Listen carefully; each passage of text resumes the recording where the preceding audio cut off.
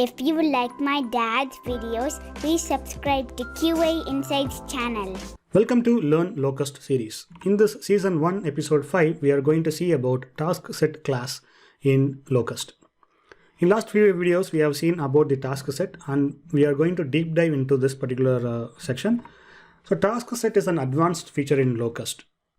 Basically, you don't need the particular feature, but it is always good to know this kind of implementation. You can do it in the Locust, and TaskSet class, it helps you to structure the hierarchical scenario.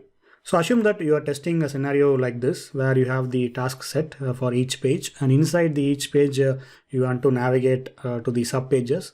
And if you want to structurize your own Lotus scenario like this or script like this, then you can definitely go with the TaskSet class. But I don't think you really need this particular implementation. You will be fine with your Python statements and the already existing classes in Locust. But we are going to see two demos. One is using the nested TaskSet and another one is using two classes. We will define two classes of TaskSet and then we will see how it works.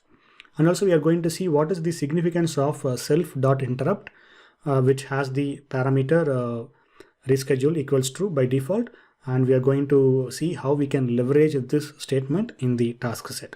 Now let us see a quick demo with the two examples for the TaskSet class.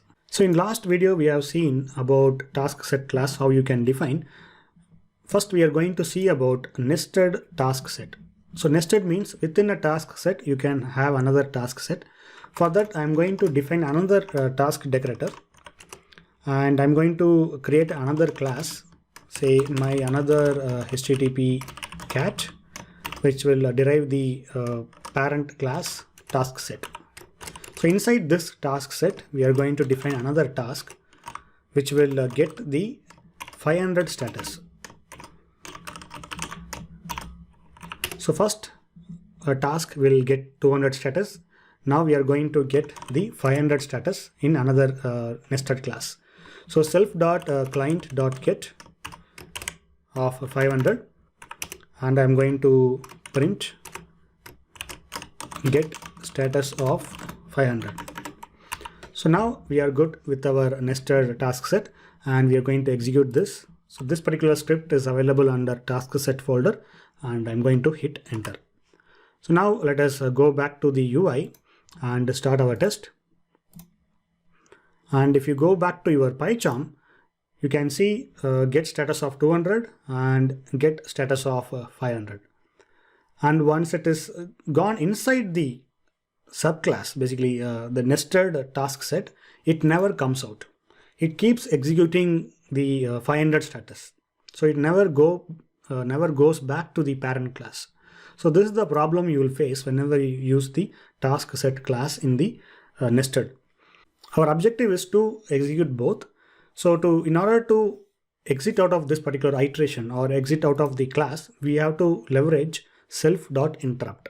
So in this case, I'm going to terminate and I'm going to add another statement called self.interrupt. So this will help you to come out of that particular class and then it will goes back to the parent class. In this case, from another HTTP cat class, it will go back to the parent class. So now let me start the test again. And in the PyCharm, you can see it is executing both 500 and 200. But if you see it, if you focus the terminal output, after the get status of 500, it is immediately going to 200. So there is no breathe time. So by default, self.interrupt has a parameter called reschedule, so which is always true. So this value, if it is true, then it will immediately goes to the parent class without any breathe time. So but our objective is to take some constant timer and then it will go to the next task. So for that we have to flip this switch to false. So now let us stop this and execute the test again. Now if you see the output, 500 and 200 will have the same breathe time. So this is how you control whether you want to reschedule immediately after the interruption, or you want to give some constant time based on your wait time function. So whenever you use TaskSet, make sure you are using the self.interrupt. Otherwise, the handle never goes back to the parent class. So this is the important thing you should know. Many of the beginners make mistake here. So make sure you are adding the self.interrupt whenever you're using TaskSet class.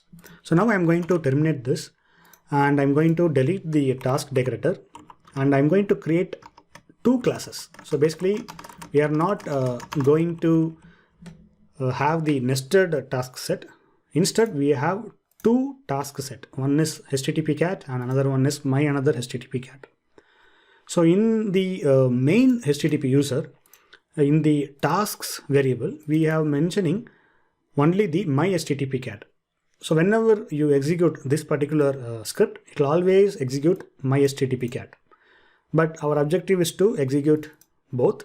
So we have to copy this class and paste it in your tasks list. So now I'm going to delete the self.interrupt, and I'm going to execute the test again, and we are going to observe what's going on in the terminal. So now as you see, it is going to 200 and it never going back to my another HTTP cat. So once it is picked, it always picked. So that is another important thing you should know. So with respect to task set, once the task set is picked, you have to tell explicitly the locust, okay, come out of that particular class. So I'm going to terminate this execution, and I'm going to add self.interrupt only to the first class. So now I'm going to execute again. Now you will see the difference. So we are mentioning the interrupt only for the 200, right?